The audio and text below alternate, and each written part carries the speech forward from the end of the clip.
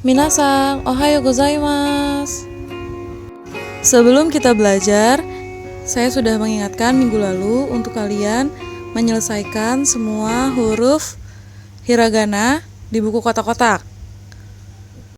Sekarang buka buku catatannya, buku catatan biasa, bukan buku kotak-kotak, bukan. Karena kita akan masuk ke tanda baca. Fungsi tanda baca adalah untuk mengubah bunyi huruf. Jadi semua huruf yang kalian sudah tulis nanti akan ada penggunaan tanda bacanya. Jadi perhatikan baik-baik dan dicatat. Oke, kita mulai dari tanda baca teng-teng dan maru. Bentuk tanda baca teng-teng itu adalah petik 2 setelah huruf. Jadi di atasnya huruf, kanan atasnya huruf itu ada kita kasih teng-teng. Lalu kalau maru itu seperti simbol derajat, sama letaknya juga di kanan atas. Tanda baca teng-teng itu mengubah bunyi huruf menjadi lebih tebal.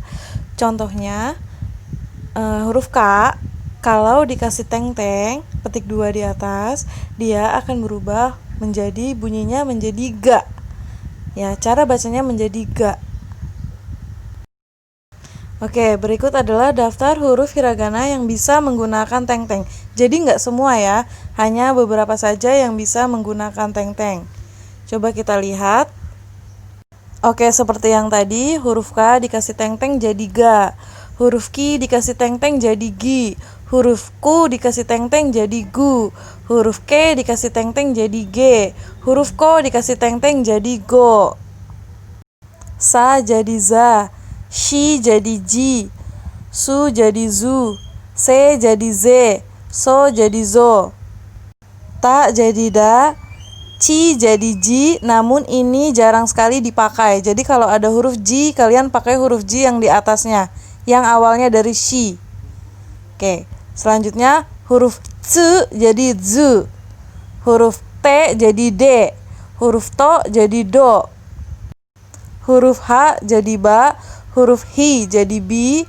Huruf fu jadi bu. Huruf he jadi be. Dan huruf ho jadi bo.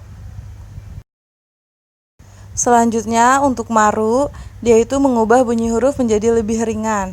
Ya, contohnya huruf H dikasih maru bunyinya berubah jadi pa. Dan ini hanya bisa digunakan di rangkaian huruf H. H, hi, fu, he, ho.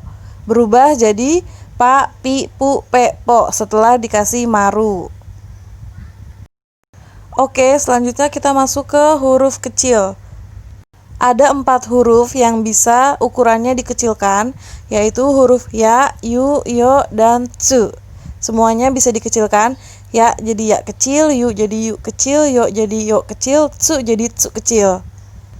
Maksudnya kecil apa? Maksudnya adalah ukurannya lebih kecil dari huruf normal. Contohnya, misalnya huruf ya, hurufnya normalnya sebesar itu yang ada di gambar.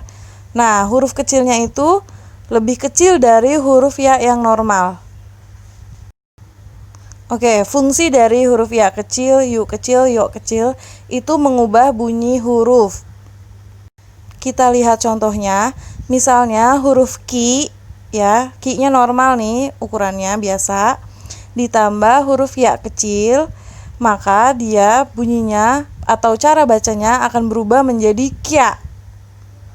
Sementara kalau huruf Q-nya besar, normal, ya-nya juga besar, normal, maka kalau dia digabungkan akan menjadi kata kia. Bisa dipahami ya, kalau Q-nya besar, ya-nya kecil, maka jadi kya. Kalau Q-nya besar, ya-nya besar, maka jadi kia. Dibaca dua-duanya, karena dua-duanya ukurannya sama. Namun, huruf-huruf yang dapat digunakan dengan ya, yu, yo kecil hanya huruf konsonan yang memiliki vokal i. Contohnya adalah ki, shi, ci, ni, hi, mi, ri, gi, ji, bi, dan pi. Hanya itu yang bisa dipasangkan dengan ya, yu, yo kecil. Berikut daftar huruf hiragana yang bisa menggunakan huruf ya, yu, yo kecil. Contohnya huruf ki besar, ya kecil jadi kya. Ki besar, yu kecil jadi kyu. Ki besar, yo kecil jadi kyo. Shi besar, ya kecil jadi sya. Shi besar, yu kecil jadi shu. Shi besar, yo kecil jadi sho. Oke, selanjutnya ada ca, cu, co, nya, nyu, nyo, hya, hyu, hyo. Lalu ada mia, miu, myo, ria, ryu, ryo, gya, gyu, gyo,